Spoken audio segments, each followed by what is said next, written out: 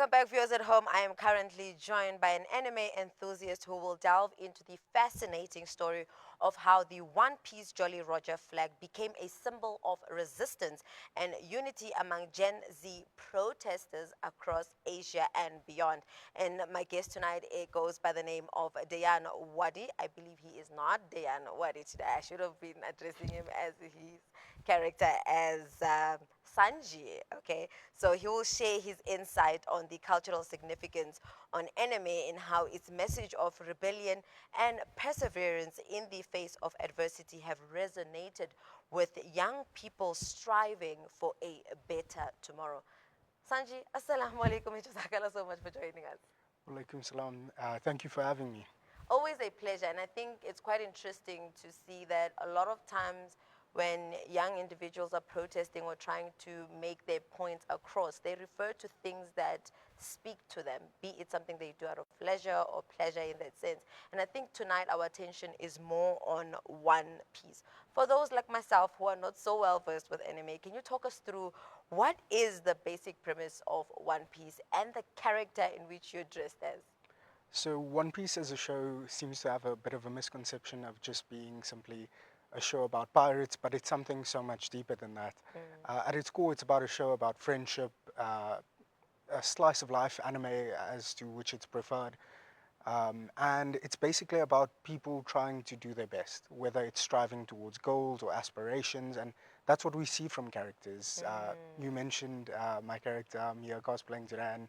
He's got an incredible backstory as well, and we see that throughout the show of where you empathize with characters and you get to know them on a deeper fundamental level in terms of what drives them, what motivates them to be the version of themselves they portray. And I think it's very interesting that we're talking about anime, considering anime was mainly perceived as something that was produced by Japan for Japan. And you mentioned how it sparked interest across the world with Gen Z specifically in terms of managing to capture their attention. And it talks to, you know what, the human experience and, you know what, that commonality that we all share, and it's something we can relate to in almost any capacity, regardless of where you're from, regardless of race, gender, ethnicity, or culture. And I think that's what's so good about storytelling is how you can relate to certain aspects of how well written a character is. I mean, we've seen it with symbolism when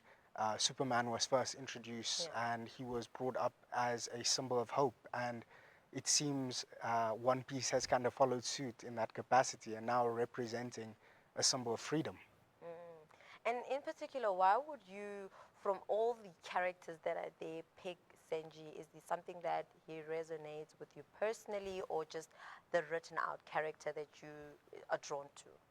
I think when it comes to Sanji, what's very interesting is his values and the way he perceives life.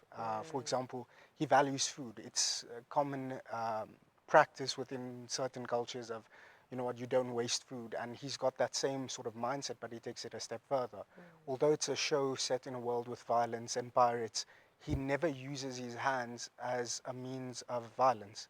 He believes his hands were made purely to make people happy by creating food and essentially helping people using his hands, which is why when he fights, he traditionally uses his legs, which is quite interesting that now you have that demeanor of people fighting with swords and guns, and he refuses to use his hands to throw a single punch. And then on top of that, I think there's so much more character to him in the sense of, as you can see, he's typically portrayed in suits, and it's a very nice sort of change of pace in terms of demeanor depicted to kids of, you know, how you should compose yourself, how you should conduct yourself. You carry yourself as a man, you carry yourself as the best version of yourself, and you need to portray that in every aspect. And beyond that, I think what I really resonated with him was how he carried himself in relation to the women around him. Sanji is typically depicted as a gentleman in many iterations. There's the occasional joke you hear from anime fans about maybe a bit too much interest within that direction, but at the end of the day, he's still very respectful. The way he conducts himself is quite admirable, and I think it sets a good standard and tone for kids that are watching the show. Yeah. Love that. I think you just explaining to me or just talking with me through Sanji's character. I think I'm also understanding why people are now being drawn to it because we live in a lot of gray where somebody says, I won't use my hands for violence, but yet you can catch them using their hands on being violent, and then they get to justify to say, wow, it was a moment of weakness. And I'm loving the fact that he doesn't do that. Quite interesting. But away from that, coming back to our core focus of this conversation in understanding the parallels. And I think now it brings me back to the symbolism of the one piece flag where it's a pirate with a hat and I'm an Orlando Pirate fan, so for a moment I felt like, okay, this is giving, Yeah. Orlando Pirates, but then I stand to be corrected. And with that, I want to find out in terms of how it ties into the larger themes of the anime series. So I think it's from the perspective of people that grew up watching the show. It's what it represented to them. And as you watch the show, as the show progresses, it depicts a story of something in relation to perspective.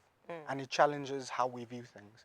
And I think that's the approach Gen Z has taken of they no longer just agreeing with what they being told is the truth. They questioning everything in the sense of but why?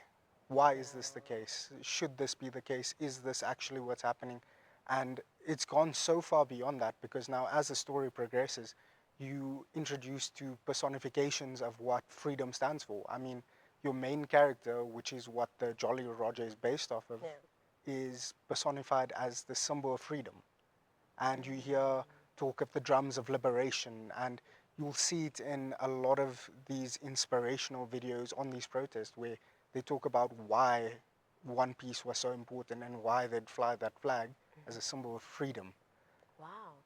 And with that being said, do you think the use of the One Piece flag by protesters has empowered them to express their views more openly and effectively? I think it's a quite interesting debate in regard to that because I think, yes, it has sparked a wave of protests. Yeah. I mean, we've seen, as of this weekend, another protest in Madagascar, which was quite interesting, where there's variations of the flag being flown there. And it's interesting to see how it's sparking, in of itself, a revolution. And I mean, we've seen this with art inspiring and doing the same sort of aspect within multiple areas, within Europe, within America, and everything ranging from music to traditional art. And it's interesting to see that One Piece has had that capacity to Yeah. make that kind of influence in, the 20th century. Yeah. And I think this is quite interesting because last year, with the conversations around election, there was a thing of the youth are not, so politically versed or interested in that. But now, looking across the globe and seeing how the youth are actually politically versed, just that they have a different way of expressing it.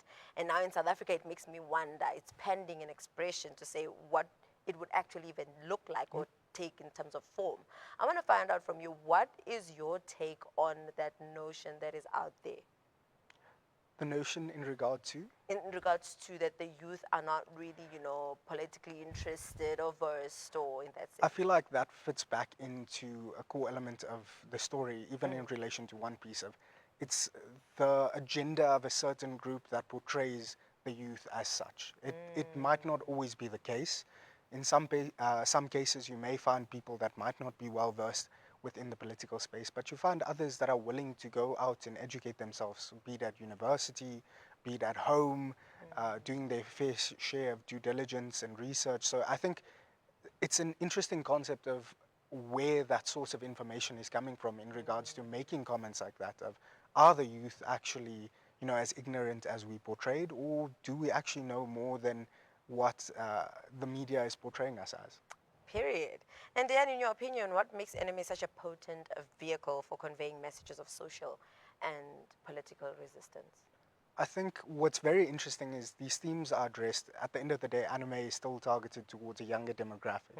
Yes, it's consumed by people all the way up to 40, maybe even older. And I mean, we're seeing new iterations with adaptations such as the live action, which are trying to appeal not just to older fans, but fans that haven't quite gotten into the genre of anime, maybe because of its medium, but its goal at the end of the day is to reach a younger audience and to tell a story rooted, yes, within real themes of, you know what, discrimination, gender-based violence.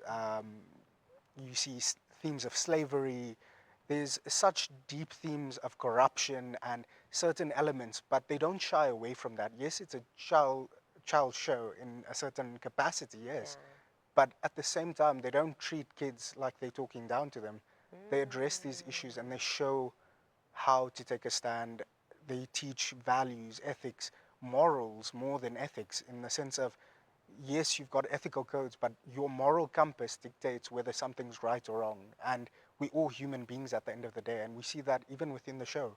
I mean, we've got the conflict between two characters that we introduced to at the start of the show, and one takes the path of someone that fits in and wants to believe that he can be the change within the government. And you get Luffy, which is our main protagonist, which is shown as, I will do it my own way and I'll blaze my own path. And regardless of what title I'm given, be it a pirate, be it a criminal or crook, I will blaze my own path. And you can consider me what you consider me, but I'll let my actions speak for itself. Wow, powerful, man, powerful. And I think now this makes me wonder that, this idea that anime is just an entertainment, I feel like, I don't know, you could correct me to say, do you think that it's underestimating the power as a medium of social and political commentary? It's, at the end of the day, it's an art form, it's a form of expression. Yeah. And yes, as much as it is a form of escapism, I mean, you can still tell such beautiful, compelling stories that get a message across. And at the end of the day, that's what media is. It's meant to be a platform to convey a message, and be that message something that's politically inclined, or with a message of hope or inspiration, like we're seeing with shows like One Piece. Yeah. I feel like, regardless of the medium, giving it an opportunity to let the art speak for itself, let Yeah. the story speak for itself, is something that I think is a bit of a misconception. But I think now, with the introduction of shows like the live action, it gives us an opportunity to reevaluate. And in a personal capacity, we've seen fans that have gone from, you know what, let me give it a chance. I've Yeah. watched the live action. It's 1,000+ episodes and it seems quite daunting, but when you introduce to the concept, it's addictive in the sense of you so drawn in, you don't really have that capacity of, oh, I'm 800 episodes in. It's just, you want to consume more because it becomes a part of who you are, in terms of, it inspires you, it drives you to want to do better, be better. And I think that's all we kind of want at the end of the day as human beings, is to be the best versions of ourselves. Correct, correct. And I think just looking back into South African history, entertainment itself, initially it was such a very huge vehicle and a tool. Because if you look at jazz, if you look at the likes of Hugh Masekela, the songs that they wrote, it wasn't out of just to entertain each other while we having whatever lunch or whatever we're having, but it has a message that carries on generation after generation. And you can only imagine what anime is doing. And I'm saying this because I'm not someone who's, Definitely. watched anime or seen anything around anime unless Comic Con is having an event. But yeah, it was quite interesting. And how would you like to sort of close off our conversation, considering, all things that are happening politically in the whole globe, and seeing what, One Piece has done or is doing? I think, to close off, I think, you know what, for those that may be interested in actually getting some context, because I feel like context is a very key aspect Yeah. as to having an understanding. Yes, we're talking about One Piece, but aside from the show as a whole, I think you have to do your own due diligence in regard to the events around the world, because it's the same capacity as there's issues around the world. It's not here, so it's not my problem. And it's Yeah. easy to just have that indifference and brush it off. But I think it's so crucial to remember that as South Africans, it took the rest of the world to not be indifferent towards the issues that we were facing for us to have the freedoms and liberties we experience today. So I think, you know what, getting involved in terms of doing your due diligence, finding out what's happening around the world, being clued up, and maybe even watching the anime, getting some context as to why it's being used as that symbol. Yeah. Daiyaan, thank you so much for really, enlightening all of us, myself included. And I think I have a different appreciation for anime just through our conversation. You can only wonder what happens if I decide to say, let me catch up on that 1,000 episodes of Brilliant. anime. But thank you so much for joining us. Thank you for having me. Viewers at home, that was my guest, Daiyaan Wadee, who is an anime enthusiast, enlightening us on exactly what is happening, especially with regards to the symbol that's being used by a whole lot of Gen Zs who are protesting across Asia and who are making, bringing light to some of the issues that, affect them. And I think it was quite interesting to hear that one of the youth was saying, no, when you are, stealing from us, you're not just stealing for the moment, you're stealing for us and for the generations to come. And this was all, best depicted by the One Piece Jolly Roger flag. And it has become a symbol. And I think Jazakallah so much today and for the clarity and also just giving us an understanding in terms of what anime actually offers to its viewers. But for now, that's where we close it off. Let's head over to an ad break. We'll see you just after this.